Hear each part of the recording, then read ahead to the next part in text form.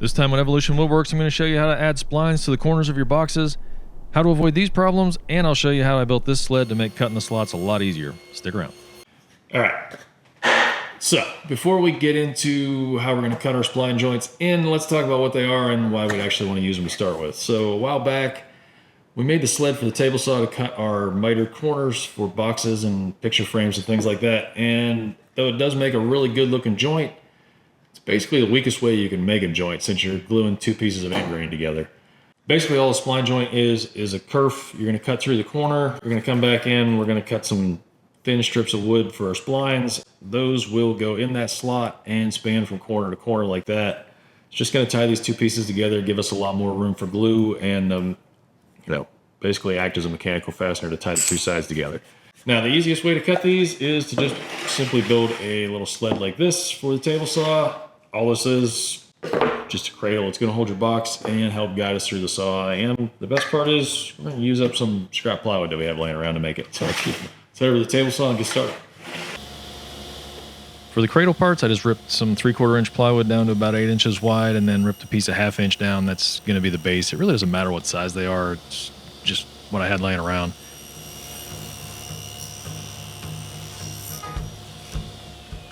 Once I had everything cut to width, I pulled out the sled and put a 45-degree bevel on the end of a couple pieces to make the uprights.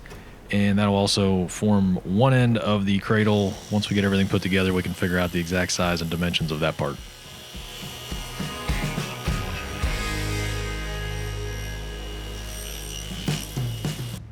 All right, the first piece I'm just going to put on, I'm going to put a couple screws in through the bottom, which we'll take out once we have everything glued up, but that will be a good way to clamp everything in place to start with.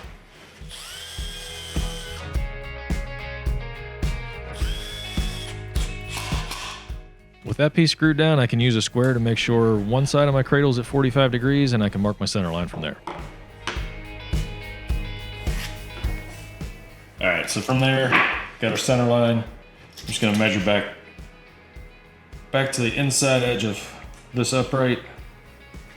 Measure out the same distance this direction.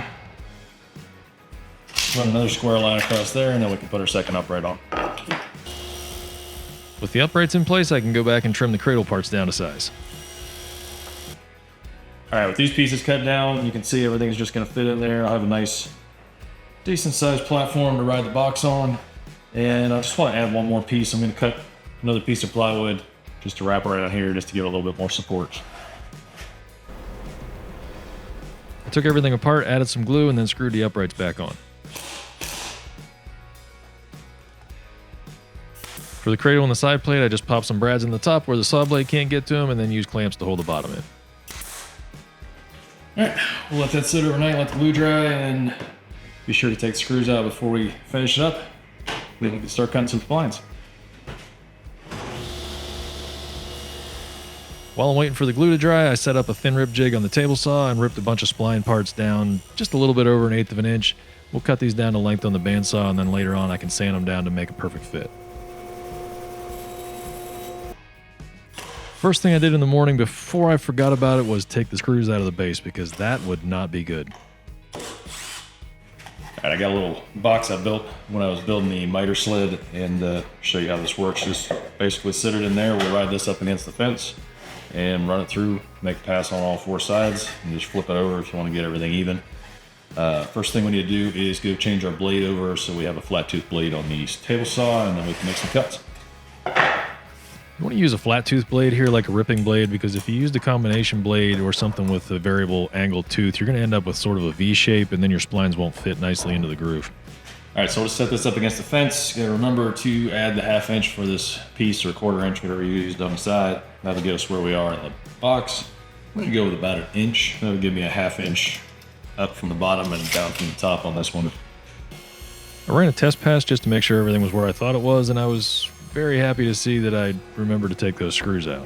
In this case, I want my splines to go almost all the way through, but not show on the inside. So I'm gonna come in, set the blade hiked up here, lock that down. With the box resting in the cradle, I just ran 4 passes on one side, flipped the box around, and ran 4 passes through the other side.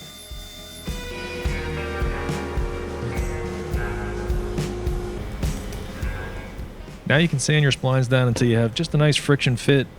Make sure you have good coverage on your glue, and in this case I just put some blocks and clamps on to hold them overnight.